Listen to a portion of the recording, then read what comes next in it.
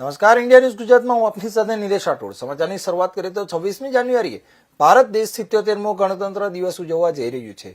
આ વખતે મુખ્ય પરેડની થીમ વંદે માતરમ પર રાખવામાં આવી છે. પરેડ દરમિયાન કર્તવ્ય પથ પર 30 ઝાંખીઓ નીકળશે, જે સ્વતંત્રતાનો મંત્ર વંદે માતરમ, સમૃદ્ધિનો મંત્ર આત્મનિર્ભર ભારત થીમ પર આધારિત હશે.